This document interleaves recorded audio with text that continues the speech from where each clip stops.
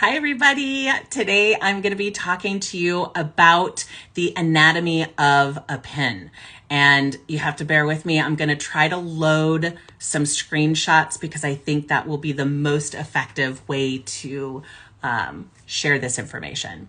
So my name is Jen Vasquez. I help service-based entrepreneurs like wedding pros and coaches on how to take the overwhelm away of utilizing Pinterest in your marketing system. And today I am sharing all about the anatomy of a pin. And we'll dive into what each standard pin should have to get the best chance of getting found.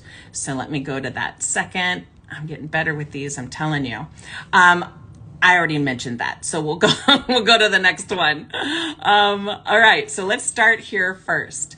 Every single pin graphic, which is what we're talking about here, should have certain things on there. And so I'm going to talk about what each one is very briefly, and so that you have an idea of what it is all about. So the first thing that you want to have on a pin is a clear image. And when I say clear image, I mean that because Pinterest is an image-based platform and slowly moving over to video, choosing the right image is really critical. It needs to be clear, it needs to be relevant, and also attention grabbing so that your audience doesn't want to keep scrolling. They actually want to click on that pin.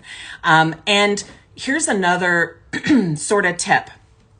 A lot of people use Canva to make pins, which is great. I love it. But if you use the free Canva images, they don't do as well. They tend to be used a lot, and they sort of start getting recognized by Pinterest folks, believe it or not. So if you are a Canva Pro, use the Pro images or use a stock image company. I love Social Squares. They're amazing. Send me a DM and I'll send you a link for a trial of them. They're amazing. Or at a last resort, you can also use Unsplash, because not many people use Unsplash for Pinterest pin creation, and there's billions of photos on there, so it won't get recognized. So that's the first one, is a clear image. You also want to make sure that that image is actually telling the story of what they're going to learn. So if you're talking about wedding cakes as an example, then you really do want to have a wedding cake, right? The next thing is a link to your site. So I'm not talking about when you upload a pin. Of course, you're doing a link directly to that blog post. I'm talking about the pin graphic. You want to have your website address on that pin in case it gets separated from the content, or for whatever reason, you want to make sure that people are being able to find it. And you want to use, like mine, jenvasquezcoach.com. You don't want to use HTTP. You don't want to use www. I don't think it looks good. And I have found that I get better analytics when I just use a sort of an abbreviated version of it like that. All right, next is call to action. This is the thing that the most people that I start working with have never done, and it is the easiest way to get people to click. Having a call to action, telling them what to do, tells them that if they click, they can learn more, right? So you can use learn more, you can learn read now, you can use all kinds of things. You don't really want to use click because that's too obvious, right?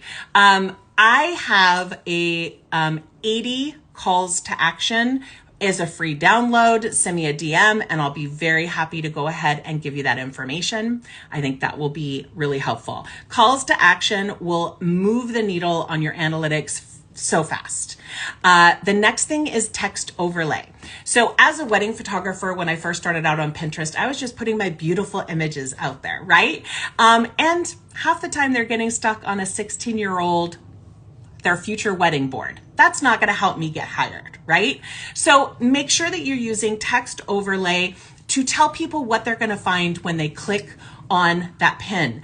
And most people, if you're a service-based business locally, even as a traveling photographer, I've traveled many times, I still stick to my local keywords because it's the easiest way to get hired. People don't have hesitation hiring someone out of state, or they tend to have hesitation hiring someone out of the state unless they're just loving your work. So I would want to put something like, for wedding photographers as an example, use the location, and use the keywords for your area. So Bay Area summer wedding at Fortino Winery. Something like that would be very effective. And if I'm being honest, the majority of the times that I've been hired from people who found me on Pinterest, it is for their venue. So they book their venue, then they're looking for a photographer, and they see their venue. They're going to click on it to see the images that they could potentially get for their wedding. They are planning for their future. They're getting inspiration. But guess what? I'm local. They could actually hire and work with me. So make sure you're using good keywords. And as a bonus, utilize keywords that are, use different text overlay on different pins. So if you have a blog post about a Fortino Winery wedding, you want to use 3 different pins and have 3 different takes. So Bay Area summer wedding. The next one, summer wedding at Fortino Winery. The next one, pink and blush Fortino Winery wedding. Using different text overlays that take them to the same information is one of the easiest ways to get a click from your client. The next thing is the obvious, it's the ratio. Pinterest tells us in best practices that a 2:3 ratio is the best.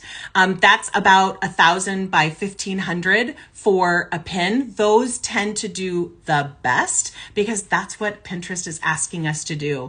Unless you're making it an infographic or maybe sharing a video, which Square can sometimes still do okay as a square size. This image is what they're asking us to use, and we should do what Pinterest wants in order to be able to get found the easiest and for Pinterest to love us and trust us. So if you would like that free list of 80 calls to action, definitely send me a DM and I'll make sure you get that link. And I hope you have a great day. Bye, guys.